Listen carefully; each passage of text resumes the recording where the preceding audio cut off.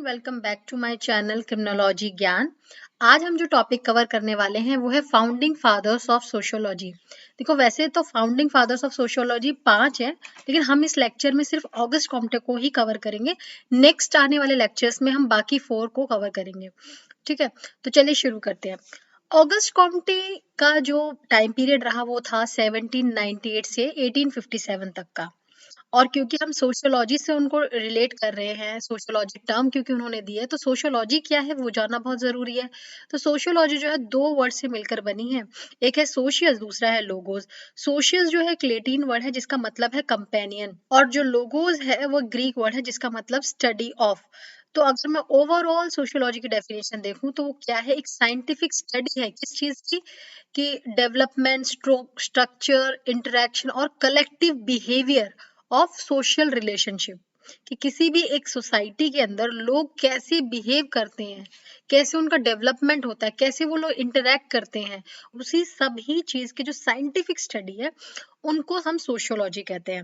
और जो लोग सोशियोलॉजी पढ़ते हैं उन्हें हम सोशियोलॉजिस्ट कहते हैं। यहाँ तक जी क्लियर हो गई बात। नेक्स्ट हम बात करते हैं कि ऑगस्ट कॉम्टे जिनके बारे में हम पढ़ रहे हैं वो, उनका क्या कंट्रीब्यूशन रहा सोशियोलॉजी के अंदर। तो सबसे पहला और सबसे इम्पोर्टेंट जो क्वेश्चन बनता है एग्जाम में, कि who coined the term sociology, की सोशियोलॉजी टर्म किसने दी थी। तो ऑगस्ट कॉम्टे हैं जिन्होंने सोशियोलॉजी टर्म दी थी। उनकी एक किताब थी, उसके अंदर उन्होंने इस टर्म को मेंशन किया था। सेकंड थिंग उन्होंने जो दी थी वो थी पॉजिटिव अप्रोच, ऑब्जेक्टिविटी और scientific attitude towards the progress of social science in general.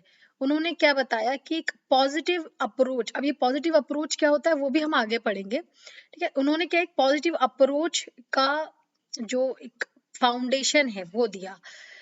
तो हम, और उसके बाद उन्होंने दिया लॉ ऑफ 3 स्टेजेस, कि जब भी किसी भी एक सोसाइटी में, ऐसा तो नहीं है कि सारे लोग वैसे ही सोचते आ रहे हैं शुरू से, उनका कुछ इवोल्यूशन हुआ। आज जब हम इस सोसाइटी में रहते हैं, हमारी सोच हमारे दादा नाना परनाना से बिल्कुल अलग है। तो क्या धीरे धीरे जो है सोसाइटी इवॉल्व हुई है। तो उसी जो इवोल्यूशन के पीरियड को ऑगस्ट कॉम्टे ने 3 स्टेजेस में डिवाइड किया था, जिसे थियोलॉजिकल, मेटाफिजिकल और पॉजिटिविस्टिक स्टेज कहते हैं। यहाँ पर जो ये पॉजिटिविस्टिक स्टेज जो टर्म आई है, वही हम पॉजिटिव अप्रोच की बात करते हैं। तो यहाँ से आप इसको रिलेट कर सकते हैं। चलिए पहले समझते हैं कि ये लॉ ऑफ 3 स्टेजेस क्या है। लॉ ऑफ 3 स्टेजेस जो है 1822 तक आ गई थी। पहला है थियोलॉजिकल स्टेज, या जिसे हम रिलीजियस स्टेज भी कहते हैं। नाम से ही पता चल रहा है कि यहाँ पर हम किसी रिलीजन की बात कर रहे हैं, रिलीजियस चीजों की बात कर रहे हैं। तो ये क्या है कि मेडिवियल पीरियड के टाइम पर ऐसा माना जाता था कि सोसाइटी में जो भी लोग हैं वो क्या मानते थे कि कुछ भी हो रहा है, कोई भी फिनोमिना हो रहा है, कोई भी इन्वायरमेंट में कोई चेंज आ रहा है, सोसाइटी में कोई चेंज आ रहा है, किसी चीज का फॉर्मेशन हो रहा है, वो सारी चीजें जो हैं गॉड कर रहा है, कोई स्पिरिचुअल पावर है वो कर रही है, कोई मैजिक हो रहा है। ठीक है, ऐसी बातें वो उस टाइम पर बोलते थे कि भाई जो भी चीजें हो रही है वो सब भगवान कर रहा है ना। अगर मैं बोलूं कि भाई ये पत्थर क्यों गिर रहा है, तो रीजन क्या आता था, जो लोग थियोलॉजिकल स्टेज में या रिलीजियस स्टेज में, तो वो ये कहेंगे कि भगवान ने इस पत्थर को गिराया है। ठीक है, अब जो थियोलॉजिकल स्टेज है, तो रिलीजियस स्टेज है, यानी कि यहाँ पर जो है ना बहुत ज्यादा भगवान को मान्यता दे रहे हैं। जो सेंट हैं, जो प्रीस्ट हैं, उनकी बहुत ज्यादा मान्यता है। ठीक है, तो अब ये जो थियोलॉजिकल स्टेज है इसको भी फर्दर 3 पार्ट्स में डिवाइड किया गया है, फेटिशिज्म, पॉलीथिज्म और मोनोथिज्म। तो फेटिशिज्म क्या होता है कि उन लोगों का मानना होता है था, उस टाइम के सोसाइटी के लोगों का मानना था कि हर एक जो इनएनिमेट चीज है, जिनके अंदर मतलब जो नॉन लिविंग थिंग है, ठीक है, उन सब में कोई ना कोई स्पिरिट है, कोई लिविंग स्पिरिट है जिसकी वजह से वो चीजें हो रही हैं। ठीक है, और ऐसे बोला जाता था कि मतलब कंप्लीट ट्रस्ट होता था मैजिक मिरेकल्स में, कि भाई जादू है, जादू है, या फिर कोई स्पिरिट है ना, भगवान कर रहे हैं। तो ये सारी चीजें जो है फेटिशिज्म के अंदर आ जाती हैं। फेटिशिज्म में क्या हो जाता है कि इनएनिमेट चीज, जो नॉन लिविंग थिंग है, उनके अंदर भी क्या है, लिविंग चीजों का माना जाता था। जैसे अगर मैं कहूँ सन, तो वो कहते हैं कि सन भी क्या है, एक भगवान है। ठीक है, और बोलूं कि पहाड़, तो कहते हैं वो भी भगवान है।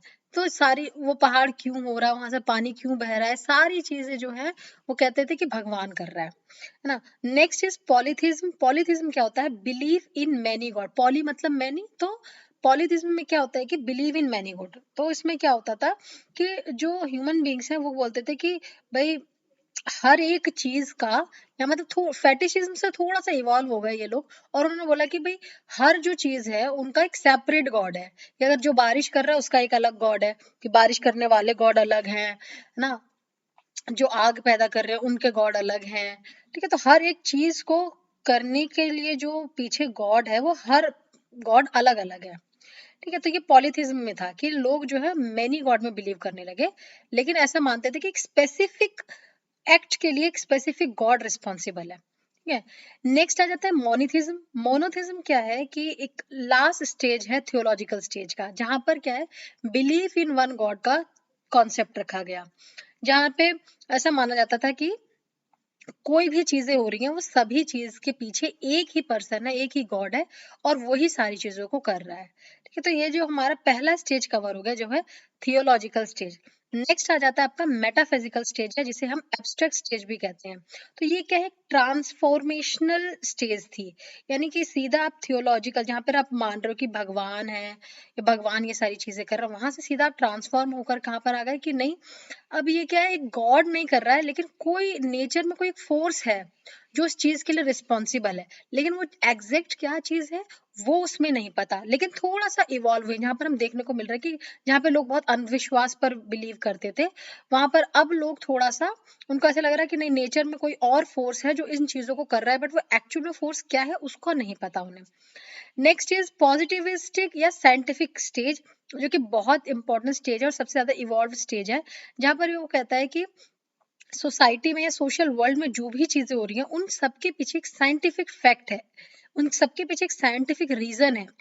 अगर मैं कहूँ कि एक पत्थर गिरा है तो मैं उसके बता सकती हूँ कि उसके पीछे का जो रीजन है वो ग्रेविटी है ना, गुरुत्वाकर्षण बल है, जिसकी वजह से वो चीज हो रही है। तो हर एक चीज के पीछे ना एक साइंटिफिक फैक्ट है, एक साइंटिफिक रीजन है। तो वही जो अप्रोच है वो पॉजिटिविस्टिक के अंदर आती है। उसके बाद बात करते हैं कि और कॉम्टे ने क्या दिया। इसने बोला कि साइंटिफिक मेथड पर ज्यादा इंपॉर्टेंस दिया। जहां पर हम बात करते हैं पॉजिटिविस्ट अप्रोच की, तो यहाँ पर क्या मेनली उन्होंने बोला कि हर चीज के पीछे जो एक्सप्लेनेशन है वो साइंटिफिक मेथड होना चाहिए।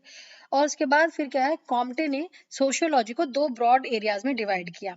एक था सोशल स्टैटिक्स और दूसरा था सोशल डायनामिक्स। तो सोशल स्टैटिक्स क्या होता है कि जहां पर वो बोलते हैं कि देख, एक सोसाइटी में अलग अलग ऑर्गेनाइजेशन होती है, इंस्टीट्यूशंस होते हैं। ठीक है, जैसे कि फैमिली हो गया, किनशिप हो गया, है ना, और इसी तरीके से जो क्या वो कैसे एक दूसरे से इंटर रिलेट करते हैं, उसको पढ़ने के लिए, उसको एग्जामिन करने के लिए सोशल स्टैटिक्स वर्ड दिया गया। और सोशल डायनेमिक्स क्या था, जहाँ पे बोला कि जैसे कि आपने एक सोसाइटी को एक ही यूनिट की तरह एनालाइज किया और वो धीरे धीरे कैसे डेवलप हुए, कैसे कैसे उनमें चेंजेस आए। तो वो डायनेमिक्स वर्ड जो है वो यूज किया जाता है चेंजेस के लिए। तो जो भी सोसाइटी में जब आप एनालाइज कर रहे हैं किसी भी चीज को, तो कैसे धीरे धीरे डेवलप हुई, कैसे धीरे धीरे टाइम के साथ उसमें चेंजेस आए, वो हम सोशल डायनेमिक्स में पढ़ते हैं। कॉम्टे था, उन्होंने ये बोला कि भाई सोशियोलॉजी जो है वो एक प्योर साइंस नहीं है सिर्फ, ये एक अप्लाइड साइंस है। यानी कि अगर मैं को प्योर साइंस मतलब कि थ्योरेटिकल पर्सपेक्टिव, ठीक है, कि सिर्फ थ्योरेटिकल पर्सपेक्टिव नहीं, इसका हम प्रैक्टिकल इंप्लीकेशन भी कर सकते हैं। सोशियोलॉजी के अंदर जो चीजें आती हैं, जो चीजें हम प्रैक्टिकली, जो चीजें हम थ्योरेटिकली पढ़ रहे हैं, वो प्रैक्टिकली भी उसका यूज हो सकता है। जैसे कि सोशल वर्क, सोशल वेलफेयर, ये सारे जो सोशियोलॉजी के ही फर्दर ब्रांचेस हैं। देखो, सोशल वर्क का जो क्या है प्रैक्टिकल इंप्लीकेशन है। तो वो उसने बोला कि सोशियोलॉजी सिर्फ एक प्योर साइंस नहीं है, ये एक अप्लाइड साइंस भी है। जान लेते हैं कि कॉम्टे की फेमस बुक्स क्या है। तो उनकी जो फेमस बुक्स हैं वो दो हैं। पॉजिटिव फिलोसफी जो कि 6 वॉल्यूम्स में अवेलेबल है, और दूसरा है पॉजिटिव पॉलिटी जो कि 4 वॉल्यूम्स में अवेलेबल है। जो मैं आपको अब पहले बता रही थी कि ना, जो सोशियोलॉजी टर्म जो यूज किया गया है, तो वो पॉजिटिव फिलोसफी में ही सबसे पहली बार सोशियोलॉजी टर्म को यूज किया गया था। आई होप आपको मेरा ये वीडियो समझ में आ गया होगा, आपको ये पूरा जो मैंने बताया इस लेक्चर में समझ में आ गया हो। अगर आपको इससे रिलेटेड कोई भी डाउट्स हैं तो आप मुझे नीचे कमेंट बॉक्स में बता सकते हैं, साथ के साथ आप मेरा टेलीग्राम चैनल ज्वाइन कर सकते हैं। मिलते हैं अगले लेक्चर में।